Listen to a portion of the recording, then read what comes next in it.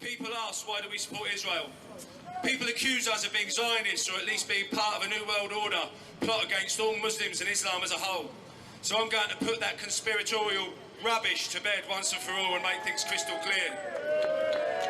We believe that Israel has a right to exist. We believe Israel has a right to defend itself from any aggressor, Islamist or otherwise. And if those two things make me a Zionist, then so be it. I must be a Zionist.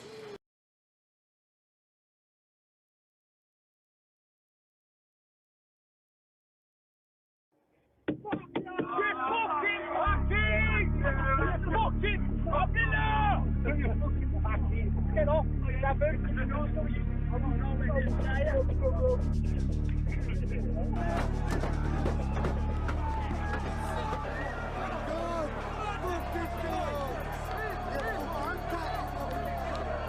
Next car full of Joe, you'll all pile off the stamp on it. The English Defence League has become the most significant far-right street movement the UK has seen since the National Front in the 1970s. The organisation's leadership claims it is peaceful and non-racist, concerned only with opposing what it terms Islamic extremism. Asians, innit? Don't like the bloody Asians. It's taking over, aren't they? Yeah. They need knocking down a peg, don't they? Taking over what? Everywhere.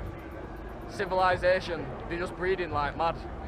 God bless every single person in this country, of all religions, creeds and cultures. And you know what?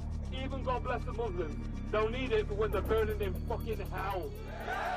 It has brought together a disparate group of football hooligans, far-right activists, and many who have never been on a political demonstration before. What unites them is a rampant and sometimes violent Islamophobia.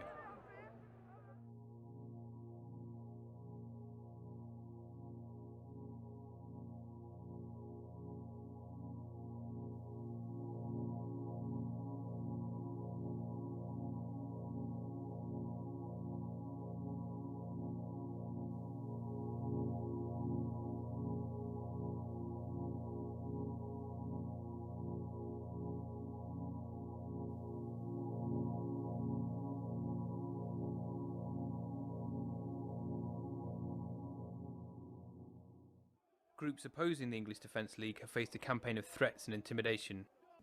Wayman Bennett received this anonymous phone call the day after a counter-demonstration in Bolton. You're a coward. You're a four-eyed piece of coward, commie bastard. You come here, Birmingham, mate. You're fucking going to get sorted, boy, okay? You piece of shit. Bennett is head of Unite Against Fascism, a group that staged a number of demonstrations against the English Defence League. He has received countless abusive and threatening messages. This one was left on the office phone on 21st of March 2010. It's currently been investigated by the Metropolitan Police. Anti-fascist. You're Al-Qaeda. You're here. You remember that? You'll be sorted, motherfuckers. You go 5 lines like a coward. You can't come on the street like that. 100 people behind there because you're a piece of shit. Man, come to Birmingham, boy. Fucking gonna get sorted, you prick.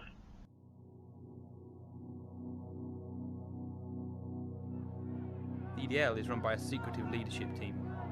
The Guardian has requested interviews on several occasions to put these allegations to them, but they have refused to appear on camera.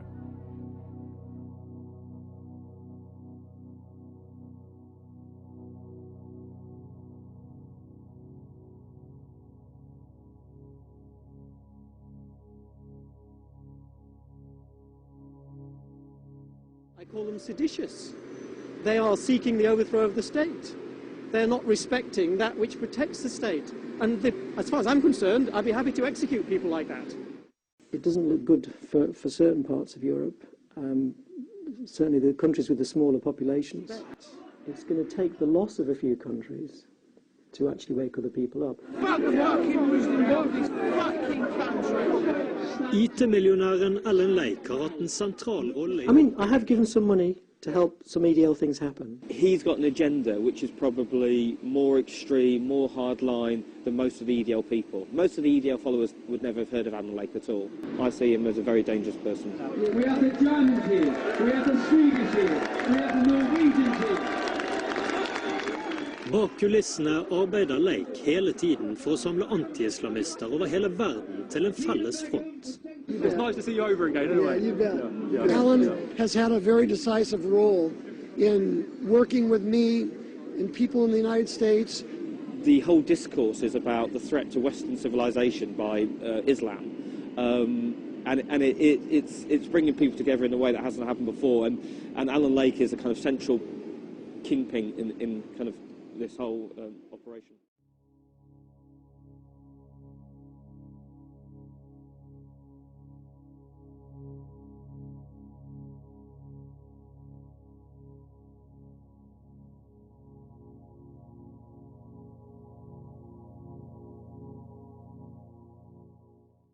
Another strategy we're trying to do in the UK is reach out to more physical groups like football fans. We're trying to get them involved.